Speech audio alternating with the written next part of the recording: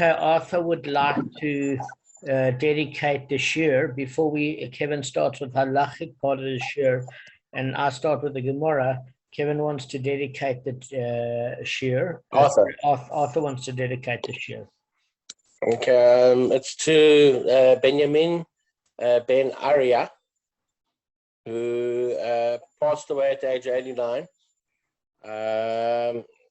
He actually had a very interesting history. If any of you guys know the place called, I think it's called Minuteman Press. Yes, sure. Okay, he was the one that ran the whole company, all the franchises. He was the owner of it. Sure. So he got it off the ground and everything, and then he made Aryeh to Israel a couple of years ago with his family, and they're living in Renana. And I've been looking after him, the last 6 days before he passed away. And I also looked after him a couple of months ago. I helped the family as well, for 2 days. Sure. Wonderful. Passed away this afternoon with his family around him, which was amazing. Sure. Yeah, it's been a stressful 6 days for everybody in the hospital. What You saw my previous videos. Yeah, so all right, Kevin, teach the halacha, and then please God may his neshama have a good aliyah. Amen. Okay, so continuing with the laws of Shemitah. The next thing is, if I have a fruit tree in my yard, may I eat from it? So fruit which grows during the Shmita year in one's yard may be eaten under the following conditions. 1. The tree should be declared hefka either by the owner making this declaration before witnesses, or by placing a sign to this effect in the yard. 2. The public should have access to the tree and be allowed to pick the fruit. 3. The fruit should be fully ripened before it is picked, preferably by hand. One should only pick an amount necessary for normal home consumption. Such fruit may not be sold. Okay, if I share a communal garden with my co-tenants, what do I do? If all the tenants agree to keep the garden according to Shmita laws, then of course there is no problem.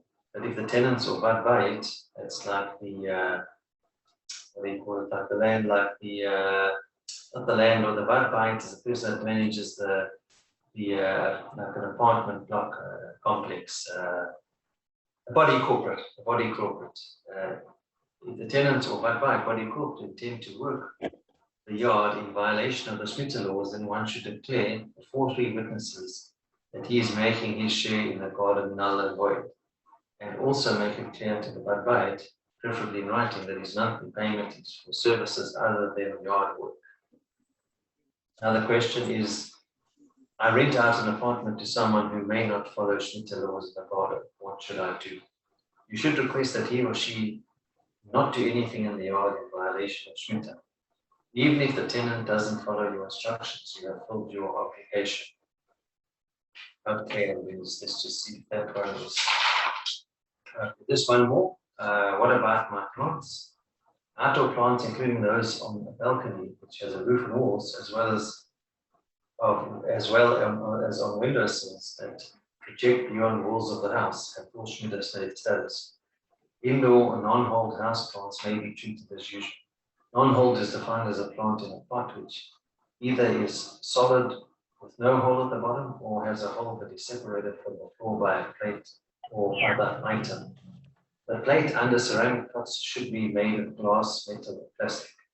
Most poskim hold that pot plants on higher floors inside apartment buildings all have the status of non-hold, since they are far from the actual ground. While pot plants on outside balconies all have the status of old pots. If the pot doesn't have a hole, then one should only treat it in a way which maintains its life. It does not improve, strengthen, or increase it. And, plants may certainly be moved from hold to non-hold pots, but not vice versa. Okay. Okay. Thank you very much, Kevin. All right, we're starting. We're going to do a few lines of repeat from yesterday, and then we're going to hit some new territory. We're on the 53rd daf in this in the Amud Bet, and we're going to begin concerning the case where an ordinary ox and an ox that was a disqualified offering, which is exempt from paying damages, gored another animal together. And what is this disqualified offering that is exempt?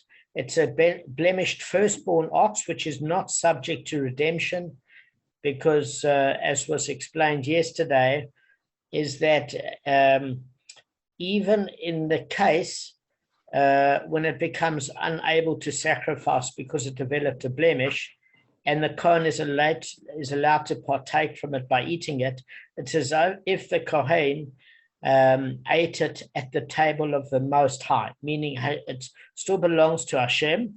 It's just that Hashem has given the Kohen permission to eat it, but it never is subject to redemption. Whereas many other sacrifices that become ineligible can be redeemed, and thus, if it's redeemed by a person, it then becomes his fellow's ox. So because this can never be truly redeemed, it's disqualified as an offering, because in order for you to pay restitution, the ox shall damage the ox of his fellow in accordance with the biblical verse. Because the following ruling were issued basically to the extent of liability borne by the ordinary ox's owner. Okay, so now what we want to find out is, where does this leave the ordinary ox? Because if in unison, together with the disqualified ox that is not subject to redemption, that ox does not pay liability. So we want to find out, is it like Rav Nassan, where the ordinary ox has to pick up the shortfall of the payment? Or is it like the rabbis, where basically there's no shortfall that is paid by the ordinary ox because it doesn't have an exemption? Now, one thing to bear in mind, just again, this is not the case of an ox in a pit, because in a case, Kevin, where two oxen do the damage, okay, what actually happens thereafter is it's slightly different. It's not an active damager and a passive damager, because when you have an ox that knocks another ox into the pit, the rabbis see that as the initiator of the damage, and therefore they don't hold that the pit, even if it's lethal, has to share in terms of the co-payment. But here, even the rabbis would agree, when two oxen kill another ox, that they share liability because they're both initiators at the same time. It's not passive like a stationary hazard. So that's why they use this particular example. So the only thing that you can learn from this example is not the first part, but the second part of Rav Nassan. In other words, if there are two damages, and it's not like there's a primary damager and a stationary damager, where the rabbi says it's just the initiator, and Rabbi Nassan says it's co-payments for both contributors to the death. In the case of two attacking ox, the rabbis also say they both have to share the load of the payment. The only question is, the rabbis say, as Gavin corrected me yesterday, because I realized when I played back the audio, I was a bit tongue-tied. But sorry about that. But I did correct it after he brought it to my attention. So the rabbis would state that the partner that's eligible for the payment due to the partner's exemption does not have to pick up the shortfall. As Rabbi Nassan says, he does have to pick up the shortfall. Okay, that's in essence what we're discussing. And just to give a bit of a summary of the statement, is we said, a buyer said he pays half damages and the damaged party loses the other half. Ravina said he pays 1/4 damages and the damaged party loses 3/4. So the Gemara explains the basis for these rulings.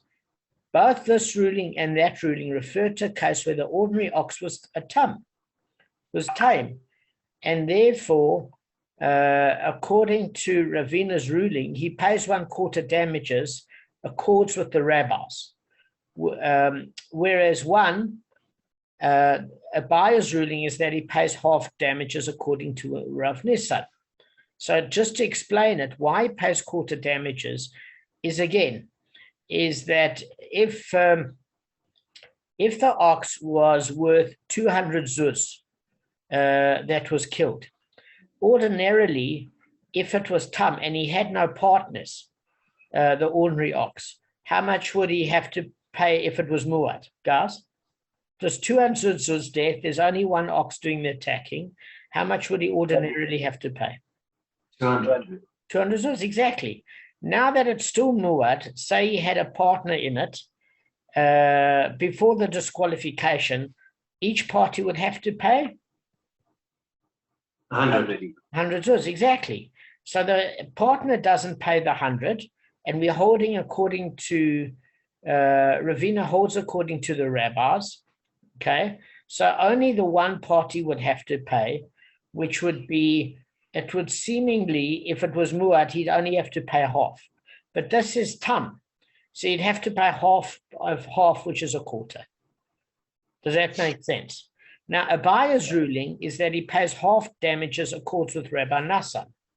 Now, this is the important thing to note, is that if it was muad, and you have if it was muad and you didn't have a partner, you pay the entire amount.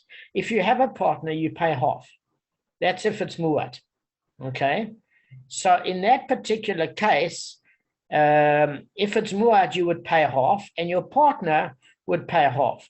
If it's exempted from paying that at that stage, we don't know if the exempted ox was tam or muad. So we have to scratch that out of the picture.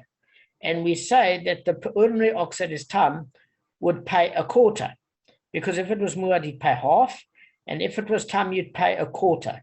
But since he has to pick up the shortfall of his partner, the only thing you can make him pay is the maximum of what he'd pay anyway if it was muad. Does that make sense? And that would be a half payment. That's where we get the half payment, because we can't take into account what the exempted ox would have paid. It's irrelevant. All we know is that if it was tam and he had a partner, he would have had to have paid 50 zuz.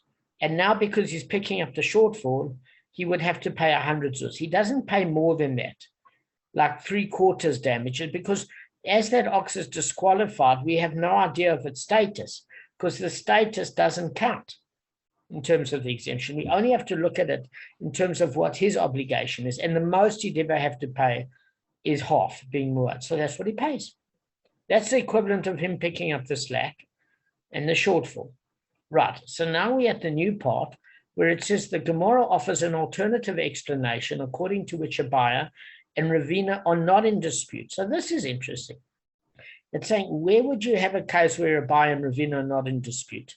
Because if you prefer to say that both this ruling and that ruling accord with the rabbis, and this one, when it says this one's ruling, it's talking about the Ravina's ruling, is that he pays 1/4 damages, and that Abaye's ruling is that he pays a half a damage. So it seems as though the amounts are different. So how could it be that they're in agreement if the amounts are different? I want to ask you guys.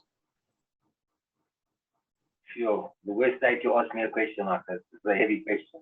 I know. I am so out of it today. I'm backing just to keep up. Sorry. All right. So Damon, repeat the question. I'm also an author, and you just repeat the question, please. Between Gavin being out of it, Arthur being out of it, and you having a long day, let me give it to you and just explain it to you. We'll do a questioning another time. We just, because we only got 40 minutes, you know, we're in total with the share because of Rav Simcha. So let me just give it to you. So in a case where you want to say Abaye and Ravina are not in dispute, and we say, well, how does it work if Ravina says that he only pays 1/4 and Abaye is that he pays half damages? It means that if they're according to the rabbis and they're not in dispute, in other words, they're not in dispute, whereas one party agrees with Rav Nassan and one party agrees with the rabbis, There can be an agreement because Ravina, if he's talking about 1/4 damages, is obviously referring to a tam ox. And a buyer who says that it's half damages is obviously referring to a muad ox. Exactly. So in other words, they both see it according to the rabbis, which means you don't have to pick up your partner's shortfall. So if it's muad, you don't have to pay half anyway because you've got a partner. It happens to be that the damaged party can't collect from the partner because it's a disqualified offering. But that's not your fault. That's his lack of collection ability. Rabbis aren't making you pay. So if it's muad, you pay half. You have a partner. And if it's tam, you pay 1/4. Because the most you would have had to pay it in muad is half. And now you pay half of half, which is 1/4. So that makes sense, right? So when Ravina says 1/4 damage is referring to a tam, and the buyer says you pay half damages, you can refer to a muad. And in that case, we can say that, in fact, they both agree with the rabbis. That's another way to look at it. Does it make sense before I go on? Pretty clear. Just before, so basically what you're saying is if not a buyer, who's the other one, Ravina, if he presumed the ox to be muad, then they would both be paying 100 zuz. A buyer and if Yes. they both Yes, it's exactly that. So what we're saying is, listen, you could say they both agree with the rabbinical opinion. That's correct.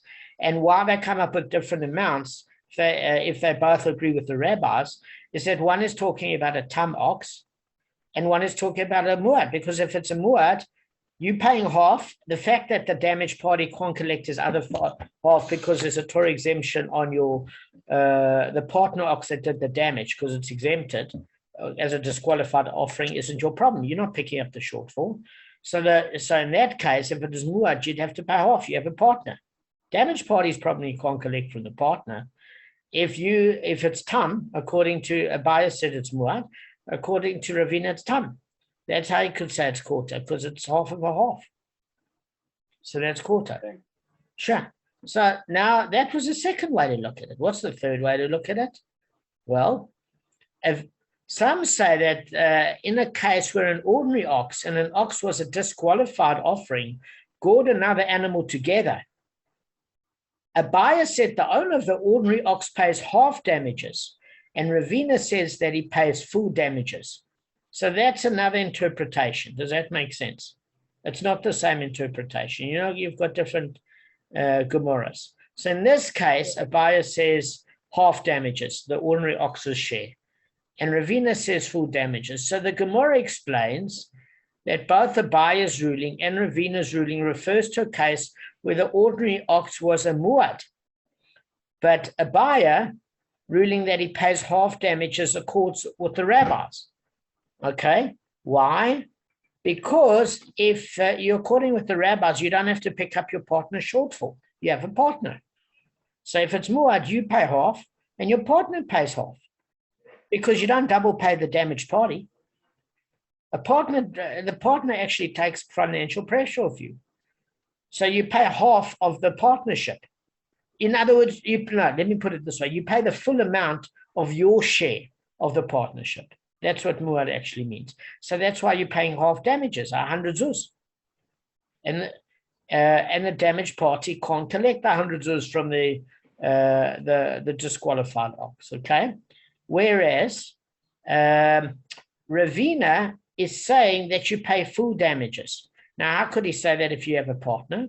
Because he's holding like Rabbi Nassan, meaning, yes, you pay your half, and for disqualified offering, the damaged party doesn't take the hit because according to Rav Nassan, he could say, but listen, at the end of the day, your ox struck my ox with a force that could have killed it, irrespective of the partner. We have no idea, and you did it simultaneously. We have no idea in its entirety if that other ox, who did the lethal damage. You know, it all happened so fast. So therefore, if I can't collect from him, I'm collecting from you. It's a muad ox. You pick up the shortfall. Does that make sense? In that case, you pay the full 200 zuz because it holds according to Rav Nassan. Why are these guys switching from one to another as well?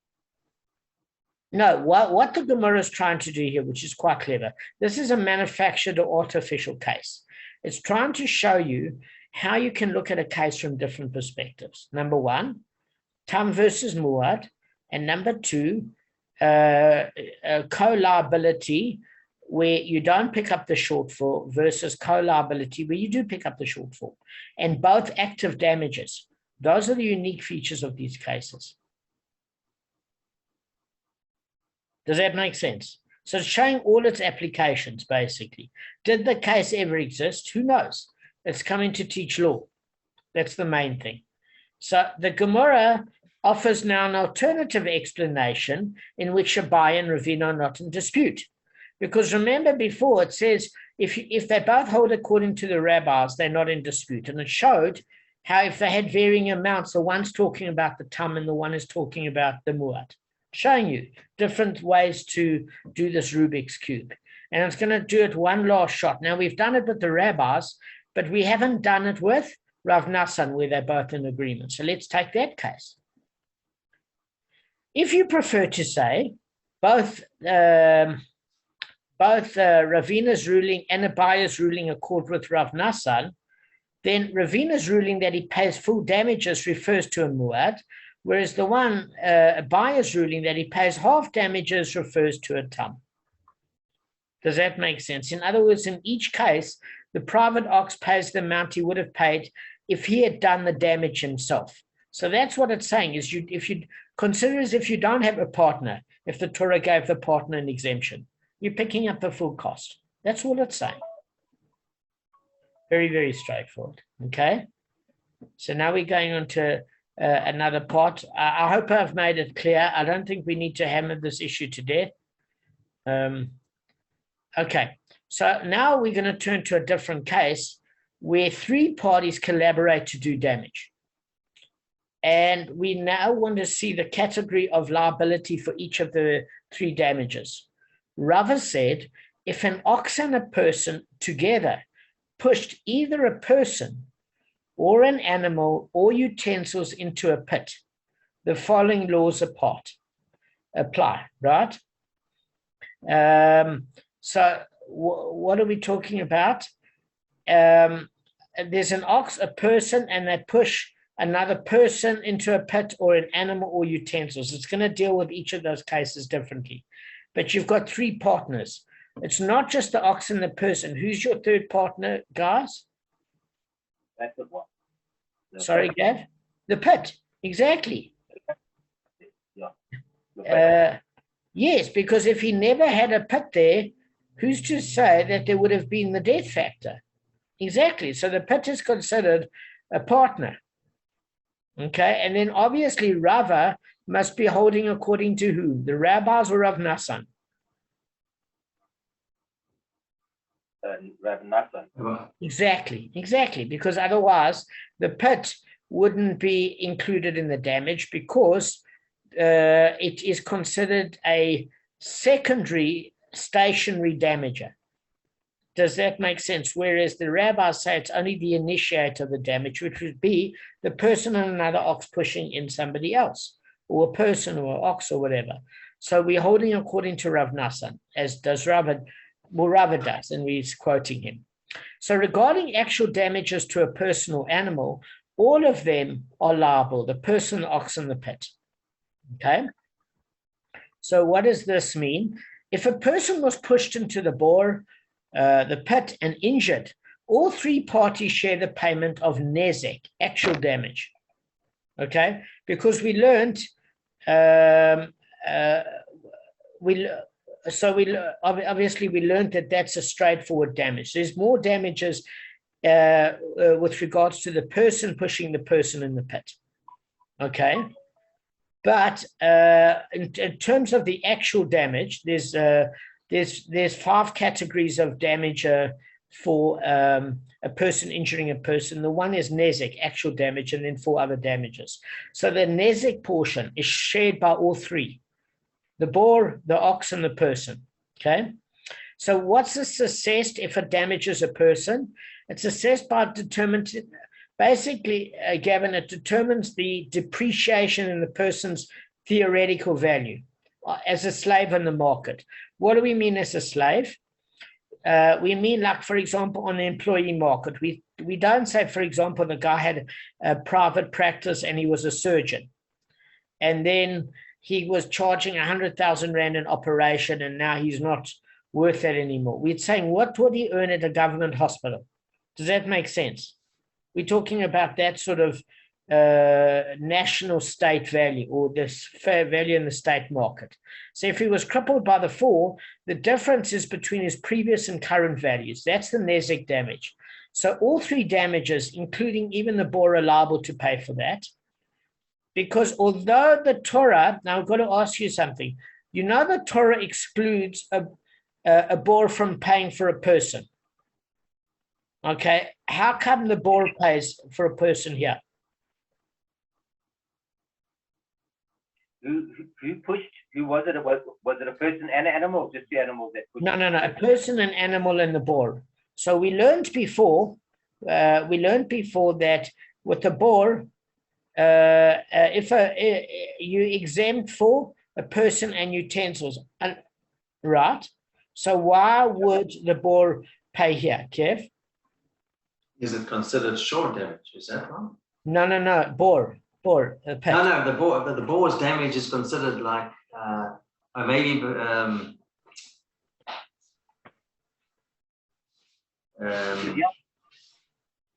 I'm saying considered like shore, not shore. No. It's not. Intentional damage. No. It's not that. So what it is, if you remember, is that if a person dies in a pit, you are exempt. But if he gets injured in the pit, you have to pay. I don't remember, but Rabbi Nathan, I thought maybe it's because of Rabbi Nathan that you have to pay, because he considers that. Yes. You learned before, going according to the rabbi, which would have meant that a person who got killed in a pit, it's their own fault, you don't have to pay. But yeah, because it's a passive partner in the whole thing, that you do have to pay for a person. Okay, so that's a very clever answer. That is a very clever answer. You hear what Gavin's saying. What Gavin's saying is, we learned before that if there's an intelligent, mature animal and it falls in the pit, you're exempt. We learned that for the first time in this Mishnah.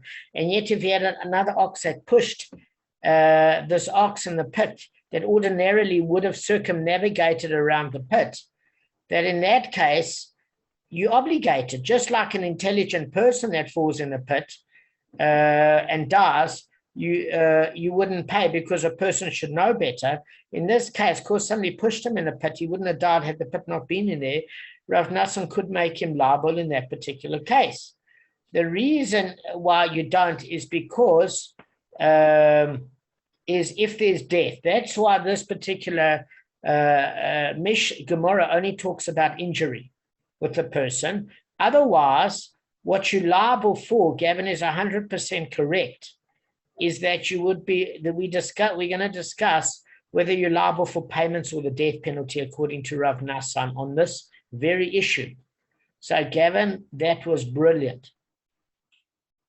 Thank you. I don't know how I achieved that. Okay. Oh, well, It's good level. Gavin, this is brilliant. So we're going to discuss how would Rav Nassan see that? That's exactly the case. Okay. So in other words, the person, the boar, and the ox that contributed to this person's death, injury, you pay 1/3 damages each of the nezek, the actual damage. Okay. So then we're going to read on. Now, regarding the payments of the additional 4 things, when the victim is a person and he is injured, and the value of the offspring when it's a woman and she miscarries, the person who pushed is liable, whereas the ox that pushed and the pit are exempt. So what it's saying is right. The pit, the ox, and the person are liable for nezek shalom, actual damages itself. But the 4 other damages, whether a person miscarried or lost an offspring, not miscarried, sorry, actually lost an offspring. Yeah, I suppose when the woman miscarries, it says when the woman and she miscarries. So whether that's the case, the 4 things that you have to pay is what else? In other words, only the person that, as part of the 3 pays the other person those 4 other things. What is it, guys? Kevin, Also- go first. You're talking, that's what we learned this a long time ago. Yeah. Loss of what they use the word, the loss of income due to taken for medical treatment, loss of prestige in the community. What else was the injury? Obviously, I think those are three. And Okay, so I think you covered all of them in one sentence. I think you did it very well, actually. So first part of it is shevet. It's the unemployment. It's the recuperation. It's the recuperation time you need. Okay, in order to get well. Okay, that you have to pay for.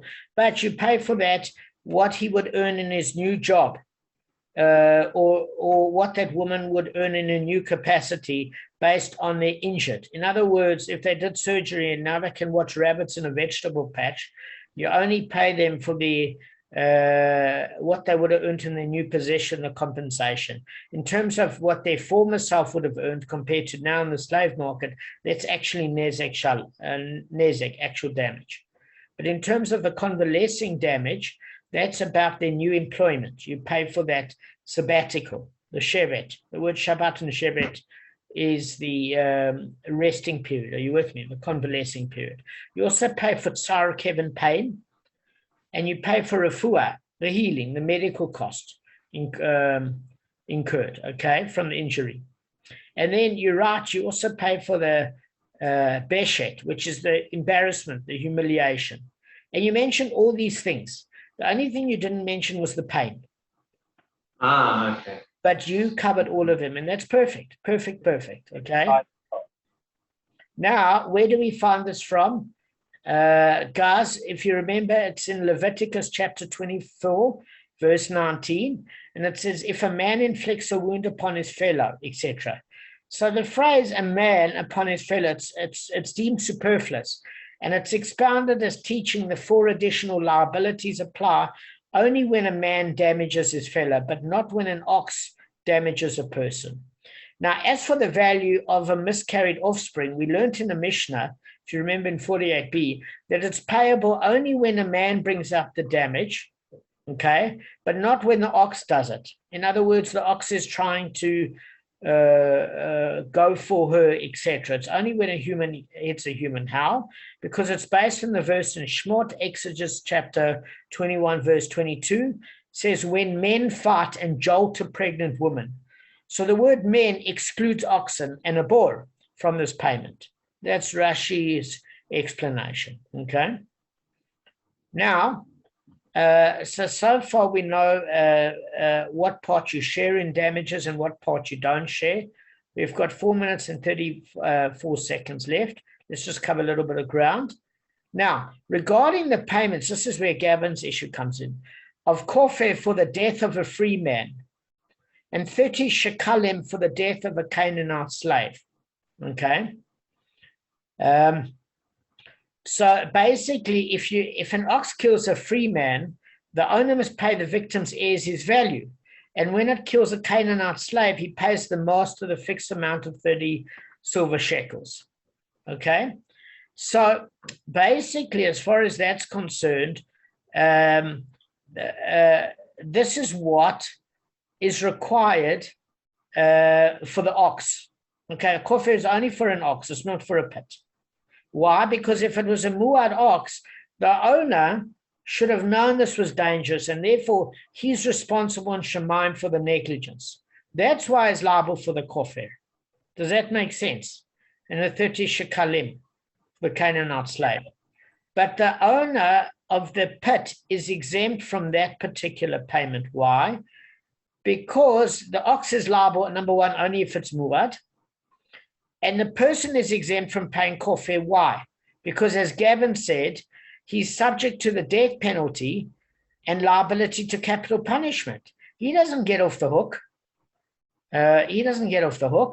So you can't incur, you've got kimle b'di rabba minna. You can't incur a monetary liability when there's a greater liability of the death penalty. You don't do both concurrently. The lesser payment gets waived. And even if a person isn't warned in advance of his act, he can't be put he can't be put to death for it.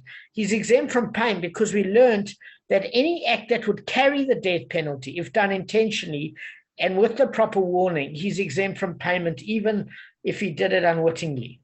Does that make sense? The act itself does it. Now, Gavin, the bor is exempt from the kofir payment, as you know, in the 30 shekalim, because a bor never pays for the death of a person. So that's what Rashi says. So that's interesting. That's why the pit doesn't pay if a person dies in it. So that's quite interesting here. And in other words, it would pay the damage for an ox that ordinarily you'd be exempt, but not for a person. Maybe the only thing I can think of is that not all opinions agree that an intelligent ox that's mature, you are exempt. So first time we learned it in this Mishnah. Maybe not everybody holds by the ton of this Mishnah for that. Does that make sense? Whereas in the Torah, it mentions an ox or a donkey falls in the pit, which exempts a person and utensils. So that can't be disputed at all. All right, guys, I think we'll end off on this note. I just want to say hi to Arth before we finish. If he hasn't fallen asleep, Shan, Malib. All right, mate. Thank you for your dedication. And I'll send you the link that you can just send to the family. And you did an amazing job. And may Hashem bless you with all the rewards in the next one. And may you have a lot of success, my friend. Amen. Bless all of you. Have a good afternoon. Amen.